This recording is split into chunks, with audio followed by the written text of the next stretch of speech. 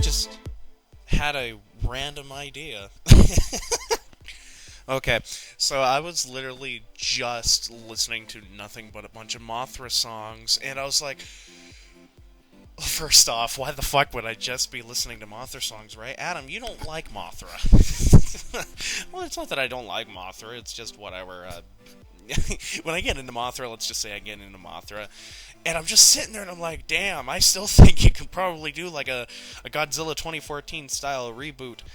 And then I started thinking, and of course I posted on Toe and Nation, I was like, does anybody else, am I the only one that thinks this? And of course that wonderful comment by Jose Garcia, but I said, fuck it, I'm doing a video, so that's exactly what I'm doing, and I'm probably just going to ramble on here. This is probably going to be a William Worcester, aka Zazbar kind of video, where either I'm going to get a lot of views, or I'm going to get none, whatever, can't be worse than Evangelion, which I'm still doing, by the way, and, in fact, I gotta do a video tomorrow. But man, I started thinking, I was like, damn, you could kind of do, maybe not an as dark, as Godzilla 2014 kind of reboot, because let's face it, out of kaiju films, it's not the darkest, but it was pretty dark.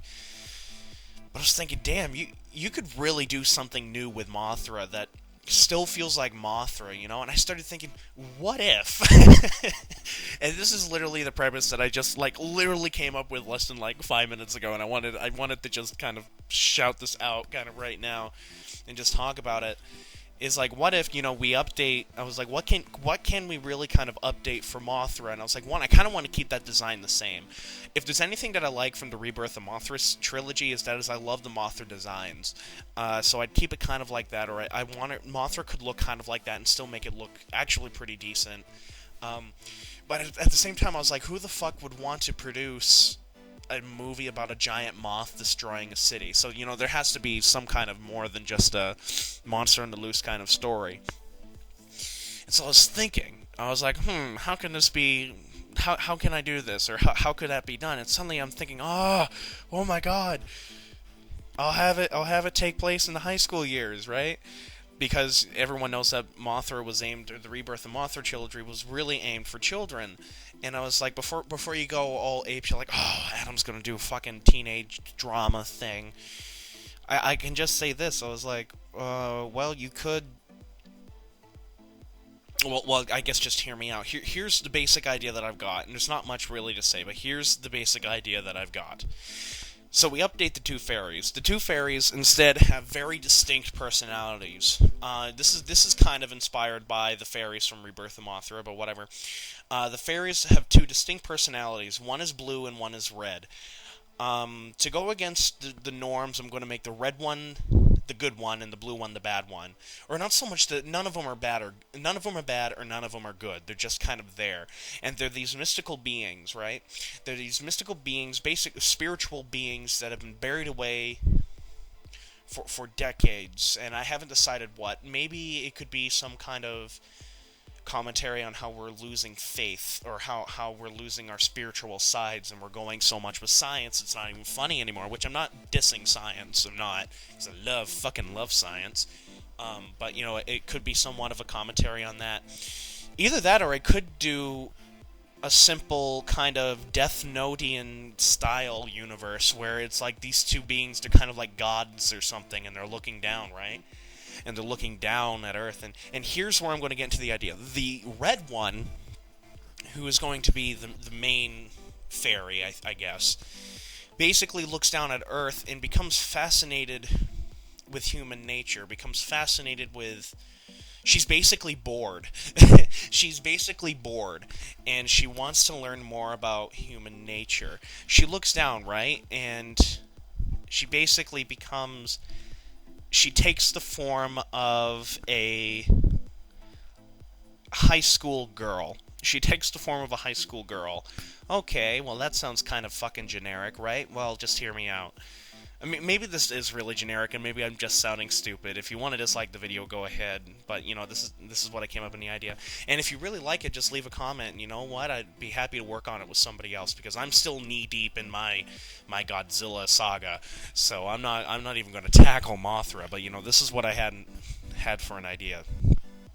But anyway, she takes the form of a teenage girl, And I'm not quite sure how the details are going to work, but I'm probably going to make something up where she probably creates an entire backstory for her in terms of her parents. And she's basically, I kind of got inspired by how Kaoru is in the manga um, for the manga version of Neon Genesis Evangelion, where she's basically completely inept to what human emotions are. Now, of course, she goes to high school, she enrolls in this high school, right? She has the basic tones down, but she has no concept of gender roles, which is important. She has no concept of that. She has no concept of how humans interact. She is such a social dunce. And she's attracted to this boy. She's very much so attracted to this male. And or female, I haven't even really decided. It could, actually, no, it could be even more dynamic if we make it so she becomes attracted to this other female, this other girl. And just to make it, but I'm going to say boy just for the sake of it, but it would be interesting if it was made into a girl. Not that I'm saying that there's anything wrong with that. I'm not. In fact, I'm actually thinking that it would be cool if it was a girl. But anyways, I'm going to say a boy for right now, because that's what I thought of when it popped in my head. Anyway, she becomes attracted to this boy, not so much like, oh my god, I want to fuck you, but so much of a, oh my god, I like your personality, you're popular, you're this and that. Well, she isn't popular clearly because, well, she's a social noob. She has no idea what the fuck to do. However, the boy doesn't like her at all. In fact, he rather hates her, you know, which again would be interesting if it was a girl. But he hates her and stuff like that because she's so different, because she has no idea how to handle human emotions and shit like that. And then, of course, naturally, as time progresses, you know, a relationship starts forming between the two. And, you know, it could really work out, I think. It really could work out. Perhaps this kid is, you know, maybe from a wealthier family, a more upper-class family. No, fuck that. Fuck that. That's too cliched. Fuck that. You see, I'm developing this as I'm talking. The kid, or the boy, is from a very, very poor family. A very, very, very poor family. One who's living paycheck to paycheck, is basically almost out in the streets, living in the slums. But he's popular because he's tough. He's kind of the school bully. The school bully, and because, again, this could also be done with the girl, too. It would just be done in a different way. If it was the girl, basically, she would be the social bully, where she tries to pretend she's something that she's not, where she tries to pretend that she is very rich, very wealthy. She makes herself up to look very beautiful, when really inside she's nothing but an insecure woman. She's nothing but an insecure, basically a shell of a woman. Well, the guy could be very much like the tough guy. I'm going to punch you in the face. I'm going to do this. I'm going to beat you up if you make fun of me. I beat kids up. I'm going to play football and shit like that. Which you can kind of go for the cliched jock or the cliched snooty bitch either way.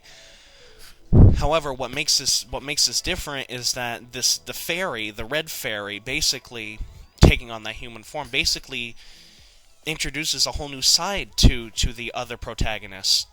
The boy or the girl takes them a whole new side, you know, and makes them really calm down. They actually kind of wind up liking each other. Now, if I don't know if I want to take it to a romantic level or not. In fact, I probably don't, because that's really cliched. I really probably wouldn't, and I really wouldn't want this to so much be a high school romance movie as much as I want it to be as much as I would like it to be an allegory on the high school experience and how it's nothing but a load of bullshit. However, it would be interesting if it never went the romantic route. Leave that for fan fiction. Basically what this is, actually. But, you know, it would be an interesting story. It would be an interesting concept. Now, the blue fairy, of course, doesn't like this. Alright, and I actually wanted it to be, because they're so different, because they're so separate, right? Unlike in the constant Mothra series, where you have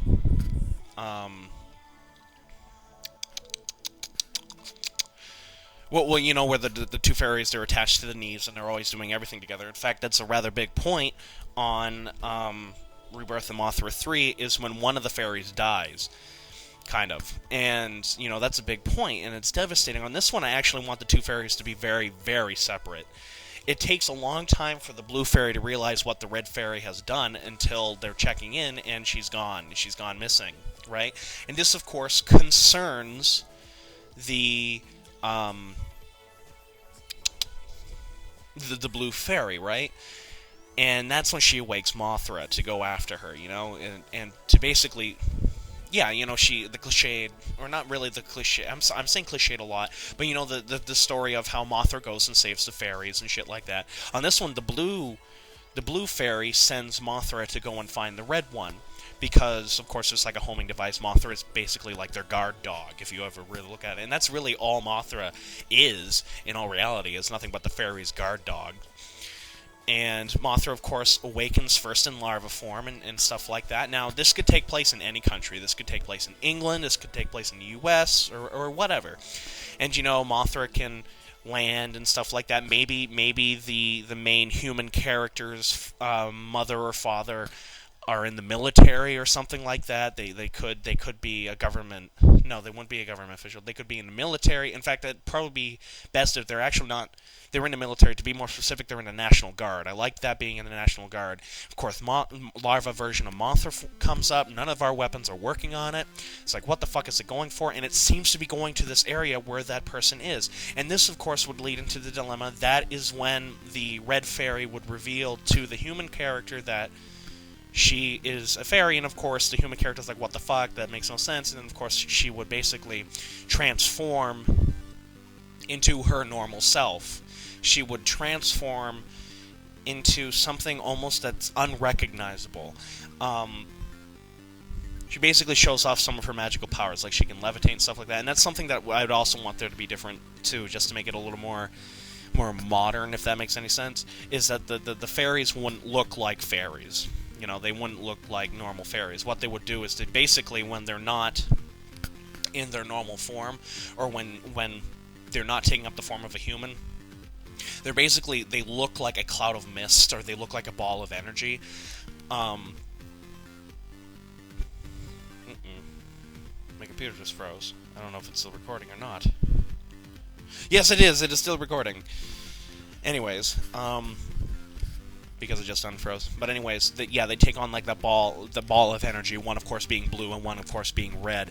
And I think that would be a really cool update, and add more personality to them, I think. And then of course it becomes this huge dilemma. Do they you know, reveal themselves or whatever, and does the friendship still stay there? What can happen? And then of course Mothra becomes Mama Mothra, and she goes flying around and shit, and makes things worse. And then it becomes like somewhere along the line becomes a huge public deal. Oh my god, this girl is the savior. What do we do? It could become a huge moral dilemma. What do we, like the blue fairy could come public, and she's not really bad, but she's just like, hand her over, please. And it could become like this huge, like, social debate. It would come up to that social debate, do the needs of the many outweigh the needs of the few, which I rarely think is the case. And it could be that kind of discussion. It could be like, okay, well, what do we do here? Do we give up the red fairy, making her lose her form of basic individuality and her soul, basically, or do we keep her and let this giant moth keep destroying us, right? And until it gets her, you know, it's sort of like a catch-22. No matter what they do, they're fucked, and that would be interesting. That would be really interesting. Now I'm going to keep this video short, so this is the last thing I'm going to talk about. The last thing I'm going to talk about here, and I've literally just thought this up, is what the hell am I going to do with the songs? I don't know. My only guess is that they never really outwardly sing the song. It's just all through telepathy, which telepathy would be interesting, and also make it a little more credible. And the only way it can be translated into human ears is they make it sound pleasant, and it's the song. And what I would do is not so much use the lyrics. I'd use the lyrics in the end credit, but I'd have the tune there all the time. It could also, this film, I'd also like it to have to be full of like religious symbolism and shit like that. Not like Hidekiana religious symbolism, but it could be a commentary on how we're losing our faith and we're losing our moral sense of being. There could be a lot of commentary, and this is basically what I'm saying, and you can take it whichever way you want. But anyways, that was my idea for Mothra, for my Mothra reboot. Take it as you want it, like it or hate it. That's just what popped in my head, and I'm going to upload this on YouTube for you all to listen to. I hope you enjoyed. Stay tuned for more episodes of Congratulations, a Neon Genesis Evangelion retrospective. Stay tuned for a new series with Super DM and I, where we talk about Ultra 7. And stay tuned for more reviews, and sayonara. God bless.